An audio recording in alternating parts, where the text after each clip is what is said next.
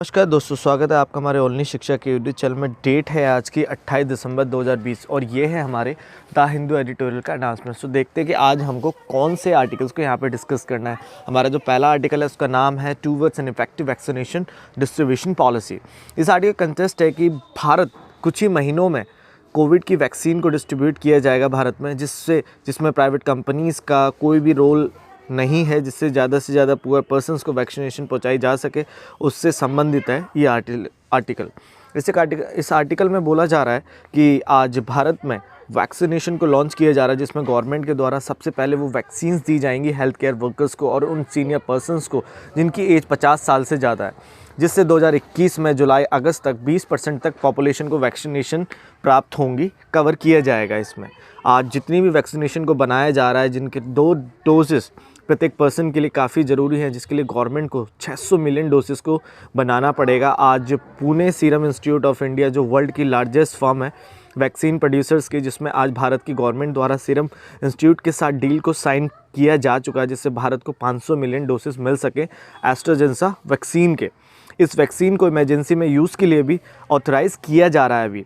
और अन्य vaccine producer जैसे कि भारत बायोटेक को वैक्सीन्स बना रही है और रशियन की स्पुतनिक वी, जिनके ट्रायल्स अभी इंडिया में कंडक्टेड कराए जा रहे हैं रेडी लैब्स के द्वारा, जिससे आने वाले समय में गवर्नमेंट को शॉर्टेज ना हो वैक्सीनेशन के डोजेस की, जिससे गवर्नमेंट को डोजेस प्राप्त हों सही लेवल्स पर पॉपुलेशन के लिए।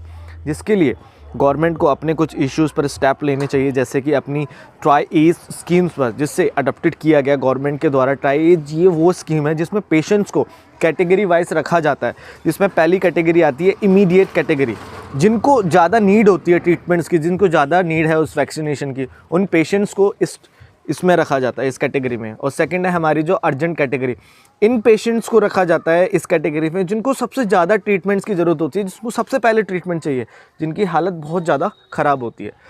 तीसरा जो हमारा है डिले कैटेगरी, इसमें पेशेंट्स को मेडिकल इंटरवेंशंस की नीड होती है लेकिन कोई ज़्यादा इमरजेंसी की ज़रूरत नहीं होती है। इस कैटेगरीज़ के प्रिंसिपल्स पर ध्यान देने की ज़रूरत है गवर्नमेंट को। और दूसरा कि गवर्नमेंट को आज वैक्सीनेशन के प्रोसेस में प्राइवेट फर्म्स को अलाउ कर देना चाहिए, ताकि जिससे जल्द से जल्द वैक्सीन्स को डिस्ट्रीब्यूट किया जा सके। आगे बोला जाता है कि आज जो वैक्सीन्स दी जाएंगी भारत में, सबसे पहले उन हेल्थ केयर वर्कर्स को दी जाएंगी और उन एल्डर पीपल को, जैसे कि यूके और यूएसए दोनों कंट्रीज़ द्वारा यह मेथड को अप्लाई किया जा रहा है। इस स्ट्रैटेजी के द्वारा उन पर्सन को प्रोटेक्ट किया जाएगा जिनका डर है वे कभी आगे फ्यूचर में इन्फेक्टेड हो सकते हैं और जिनकी हेल्थ पर काफ़ी ज़्यादा बैड इम्पैक्ट हो सकते हैं इस इन्फेक्शन से। इस स्ट्रैटेजी के द्वारा 2 ऑब्जेक्टिव्स पर ध्यान देना होगा। पहला कि उन लोगों को, हेल्थ केयर वर्कर्स को प्रोटेक्शन होगी जिनके द्वारा ट्रीटमेंट दिया जाता है ज़्यादा से ज़्यादा लोगों को। और दूसरा कि इस वायरस के स्प्रेड को कम किया जाएगा, जिससे ट्रांसमिशन नहीं हो पाएगा। इन्हीं दोनों ऑब्जेक्टिव के साथ साथ इस वैक्सीन डिस्ट्रीब्यूशन प्रोग्राम को चलाया जाएगा। इन्हीं ऑब्जेक्टिव के कारण हेल्थ केयर प्रोफेशनल्स को सेफ़ रखा जाएगा। ज़्यादा डर बना रहता है जिनमें अभी इन्फेक्टेड होने का, और जिनके द्वारा भी वायरस ज़्यादा से ज़्यादा स्प्रेड होता है काफ़ी पर्सन द्वारा, जो कि एक एरियाज़ प्लेस पर लार्ज पॉपुलेशन के साथ डील करते हैं। लेकिन जो डिस्ट्रीब्यूशन प्रोग्राम को उन ओल्ड पीपल को प्रायोरिटी देना, जिनके द्वारा शायद कम आउटकम्स होंगे अच्छे, क्योंकि वो ओल्ड पीपल द्वारा वो पहले से ही कम मूव करना, कम से कम सोशल इंट्रैक्शन करना, और जिनके द्वारा कम इस वायरस को स्प्रेड किया गया है। एक यंग पर्सन द्वारा ज़्यादा लार्ज नंबर ऑफ़ पीपल के लिए इंटरेक्ट करना, सोशल डिस्टेंसिंग करना, कम सोशल डिस्टेंस बनाना, जो मुख्य रीजंस हैं एक वायरस के स्प्रेड होने का, जिनके द्वारा अन्य पर्सन को इन्फेक्टेड किया गया है, जैसे कि मुंबई की धारावी स्लम में हुआ। जिसके लिए गवर्नमेंट को आज इस वैक्सीन्स के टॉप में यंग पर्सनस को रखना चाहिए, जिससे इस वायरस को रोका जा सकता है अच्छे से। और आज जो गवर्नमेंट द्वारा इस वैक्सीनेशन को डिस्ट्रीब्यूट भी सिर्फ डोमेस्टिक सोर्सेज द्वारा किया जाएगा, जिसमें गवर्नमेंट के खुद से चैनल्स, एंटरप्राइजेज द्वारा डिस्ट्रीब्यूशन होगा, जिसमें सिर्फ गवर्नमेंट हॉस्पिटल्स शामिल होंगे, जिसमें किसी भी प्राइवेट हॉस्पिटल्स को शामिल ही नहीं किया गया है उस वैक्सीनेशन डिस्ट्रीब्यूशन के लिए, जो काफ़ी ज़्यादा सही नहीं है।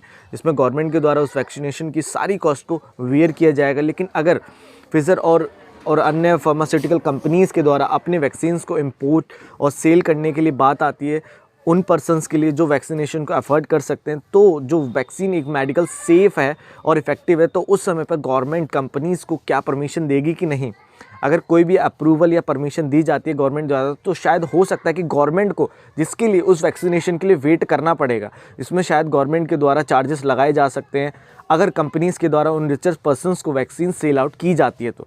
लेकिन अगर गवर्नमेंट द्वारा परमिशन दे दी जाती है इन कंपनीज़ को, उन प्राइवेट कंपनीज़ को, साथ ही साथ वैक्सीन्स के लिए, जिससे वैक्सीन की सप्लाई तेज़ी से हो पाएगी, साथ ही साथ और जिसमें एक पूरे पर्सन को वैक्सीन जल्द से जल्द प्राप्त हो पाएगी हर जगह पर, और एक प्राइवेट कंपनीज़ को अलाउ करने से हर जगह पर एक पुअर पर्सन द्वारा इन वैक्सीन्स को अवेल किया जा सकेगा। लेकिन ये सारी लाइन्स एक गवर्नमेंट के मर्ज़ी पर डिपेंड करते हैं, जिसमें वैक्सीन्स को अपने डिस्ट्रीब्यूशन चैनल्स के द्वारा किया जाएगा, जिसमें खुद के लिए डिस्ट्रीब्यूट पॉलिसीज़ होंगी। लेकिन इससे ये गारंटी होगी वैक्सीन्स की अवेलेबिलिटी कम नहीं होगी, वह हर एक जगह पर वैक्सीन्स को लिया जा सकेगा, जिसमें वैक्सीन्स की सप्लाई होगी ज़्यादा से ज़्यादा। अगर गवर्नमेंट के द्वारा खुद से डिस्ट्रीब्यूशन होता है अपने चैनल्स के द्वारा, सिर्फ अपने चैनल्स के द्वारा प्राइवेट कंपनीज़ को दी जाती है वैक्सीनेशन, तो पर्सन को कम से कम वेट करना पड़ेगा उस वैक्सीन के लिए। और रिसर्च पर्सन द्वारा जो वहाँ वैक्सीन प्राप्त करने के लिए आए हैं पेशेंट्स में से जो होंगे, तो उनके द्वारा भी उनके पास दो चॉइसेस होंगी वैक्सीन्स के लिए, या तो वे गवर्नमेंट के उस इंस्टीट्यूशन से प्राप्त करें, या तो अपने प्राइवेट शॉप से किसी से वो ले पाएंगे। और प्राइवेट कंपनीज़ को इस डिस्ट्रीब्यूशन सिस्टम में शामिल किया जाता है, तो जिससे एक बड़ी पॉपुलेशन को जल्द से जल्द वैक्सीन मिल पाएगी, जिससे इस वायरस का ट्रांसमिशन कम होगा और अन्य पॉपुलेशंस को सेव किया जा सकेगा।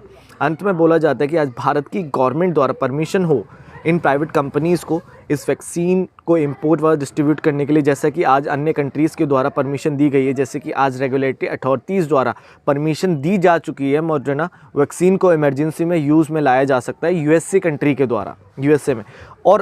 और भी आज ग्लोबली में अन्य कई वैक्सीन्स को डेवलप किया जा रहा है, जिनके अभी फेज़ 3 ट्रायल किया जा रहा है, जिन्हें आने वाले समय में कोविड-19 की वैक्सीन की सप्लाई चेन्स में रखा जाएगा, जिन्हें ग्लोबली में डिस्ट्रीब्यूट किया जा सके। और दूसरा कि यूरोप के बेल्जियम के मिनिस्टर के द्वारा इस कोविड वैक्सीन के प्राइस काफ़ी ज़्यादा कम रखे गए, जिसे यूरोपियन यूनियन द्वारा उस प्राइस को पे करने पर मंजूरी दी गई है अभी। और उन वैक्सीन्स के प्राइस काफ़ी ज़्यादा कम है मॉडर्ना और फाइज़र से। जैसे कि मॉडर्ना के द्वारा $18 पर डोज चार्जेस किया जाएगा, फाइज़र का प्राइस 12 यूरोज़ का है, जो काफ़ी ज़्यादा कम है अदर वैक्सीन से। लेकिन इंडियन न्यूज़पेपर्स के अनुसार फाइज़र का रेट $37 पर डोज होगा इंडिया में, जो काफ़ी ज़्यादा है। और हो सकता है कि यूरोपियन यूनियन के प्राइस डोज के कम होने से ज़्यादा मार्केट को टारगेटेड किया जाएगा। उनकी मार्केट्स भी काफ़ी ज़्यादा बड़ी हैं यूरोपियन यूनियन की। इंडिया की भी मार्केट्स कोई छोटी नहीं है, जिसमें लेकिन वैक्सीनेशन की कॉस्ट 5,000 रुपये तक रहेगी, जो काफ़ी ज़्यादा है रेट, शायद जिससे कि आने वाली जो पॉपुलेशन होगी उसे एक्सप्लॉयटेशन में डाला जा सकता है इस रेट्स के द्वारा, जिससे शायद वैक्सीन्स को प्राप्त करने में एक पेशेंट को बहुत ज़्यादा मुश्किलों का सामना करना पड़ेगा। तो इस चीज़ के लिए गवर्नमेंट को इन सब पे अपने प्रिंसिपल्स को बनाना चाहिए, गाइडलाइंस को। और हो सकता है कि यूरोपियन यूनियन द्वारा अपनी वैक्सीन्स को यहाँ उतारा जाए, तो शायद हो सकता है कि यहाँ की मार्केट उनके हाथ में चली जाए।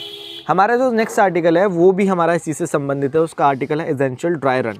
इस आर्टिकल का कंटेस्ट है कि आज कोविड-19 की वैक्सीनेशंस से संबंधित है ये आर्टिकल भी। इस आर्टिकल में बोला जा रहा है कि आने वाले कुछ वीक्स में कोविड-19 की 2 वैक्सीन्स के फेज़ 3 ट्रायल को टेस्टेड किया जा रहा है इंडियन मैन्युफैक्चरर्स के द्वारा, जिन वैक्सीन्स को अप्रूवल भी दिया जाएगा इमरजेंसी यूज़ के लिए। अगर किसी इनमें से किसी एक वैक्सीन्स को अप्रूव दिया जाता है तो उसे 4 हाई रिस्क ग्रुप्स में हेल्थ केयर वर्कर्स को वैक्सीनेशन दी जा सकेगी, उन्हें वैक्सीन प्राप्त होगी। भारत में हर साल कई सारी वैक्सीन दी जाती है यंग चिल्ड्रन को, लेकिन यह पहली बार होगा जिसमें इन न्यू वैक्सीन्स को यूनिवर्सल इम्यूनाइजेशन प्रोग्राम के तहत दिया जाएगा, जो फर्स्ट वैक्सीन होगी जिसे प्रोग्राम के बाहर भी चलाया जाएगा, जिसमें ज़्यादातर अडल्ट होंगे, जिसमें इस वैक्सीन्स के 2 डोजेस को प्राप्त किया जाएगा हर एक पर्सन्स के द्वारा। इस वैक्सीन प्रोग्राम को, डिस्ट्रीब्यूशन प्रोग्राम को अभी आंध्र प्रदेश, असम, गुजरात, पंजाब में चलाया जाएगा, जिसमें इन ऑडल्ट्स को ये वैक्सीनेशन दिया जाएगा। उन्हें कोविन IT प्लेटफॉर्म पर दर्ज किया जाएगा, जिसमें सारी डेटा की जानकारी रहेगी, स्टार्टिंग डेट से लेकर टाइम तक, सेशन की साइट, सारी की सारी चीज़ें होंगी और सारे मैकेनिज़्म को टेस्टेड किया जाएगा वहाँ पे।